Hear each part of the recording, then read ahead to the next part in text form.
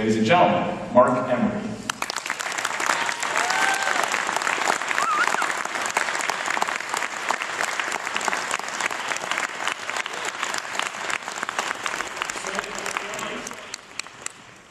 I wish I were speaking not to students, but to parents, because the most important reason to legalize marijuana is about young people. And one of the most important things we want to do as a society is be transparent, open, and honest. All things of which prohibition does not do, and it is not helpful. For example, one of the things you'll notice is when someone's got a social circle and they're 15, 16, and 17, they have jobs at McDonald's or a busboy somewhere or dishwashing, lower rung jobs at $8, $9, $10, $11 an hour. And one day someone in their clique comes up to whom they've known all along, and that person looks different. They've got brand new sneakers on, $200, got new clothes, got a girl on their arm, in fact. Maybe even after a few months, a car. Everybody's seen the phenomenon. Prohibition attracts tens of thousands of young people into drug dealing because the material returns are so incredible that they will overlook any dangers and hazards and associations with gangs in order to get those materials. We live in a material society. We are bombarded all day long with material messages, and young people want in on that as much as they can. And for a lot of young people, drug dealing becomes attractive. I want to legalize marijuana just to eliminate that entry level into a crime, selling drugs, this sort of thing. Young people shouldn't be selling drugs. But the first way you become a drug dealer, really, and I know this and so many people, is that when you're smoking pot at 14, 15, 16, somebody says, well, I need to get some pot. And then your other friend says yes, and two other people add it. And eventually you become their dealer because they're putting in their share pays for your part, your quarter ounce or whatever it is. And so from that, we begin to see young people get creative with numbers and economy of scale. Next thing you know, they're selling to a lot of people. Well, legalization would correct all that. In fact, when I was in federal prison in the United States for a 5-year sentence, I looked around and I said to the room, I said, you know, if drugs were legal, none of us would be in prison because who would buy drugs from us in a legal environment?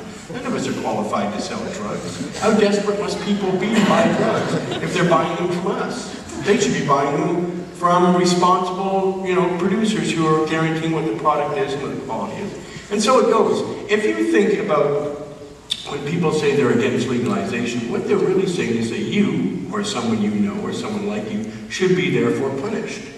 Because if something's prohibited, there's a punishment that keeps up that stigma. And that's what we're talking about. I mean, I love marijuana. I heard these two people criticize it, and I think they were drawn from some bizarre place, because none of what they said rings true to me. It doesn't ring true to you either. When you walk around Vancouver Island, this place has been growing marijuana for 45 years. It's been smoked by almost everybody who ever grew up on this island. Marijuana is very much part of this island, yet this is one of the most desirable places on earth to be. So what does that tell you? Your community has been smoking marijuana for pretty well 45 years straight, and this is one of the greatest places on earth.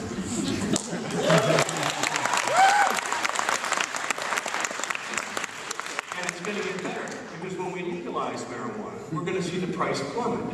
Because marijuana is no more complicated than tomatoes, and in a legal environment, it shouldn't be any more expensive than tomatoes. That may be disturbing to a lot of people. But the reality is that we are spending billions and billions of dollars of our personal wealth and treasure in Canada on a substance that is priced absurdly high due to the people who want to punish us.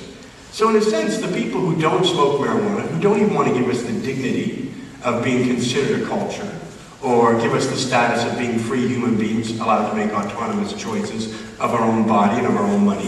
What they want to do is punish us, and they punish us every day by making us pay prohibition prices for something that's been on this earth since time began and has been cultivated by mankind for 13, 14,000 years. And it's one of the most benevolent and beneficial plants ever put on this earth. I can think of nothing that can clothe you, can feed you, can cure numerous diseases and be a balm to so many ailments. It can make depressed people feel good. It can make sad people feel better. And it's certainly, and I know this, that can make thousands and thousands of people I have met who are crippled up and in pain, able to cope with their life. I have never heard of a plant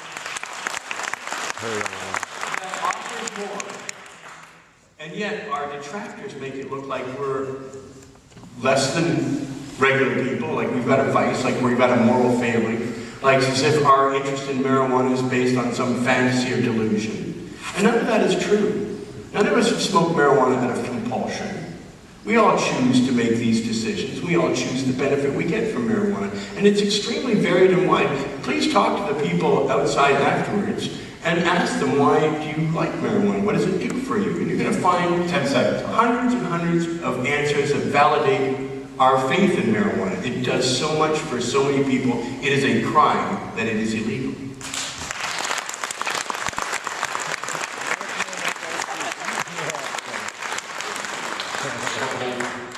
Yes, you'd like to see marijuana?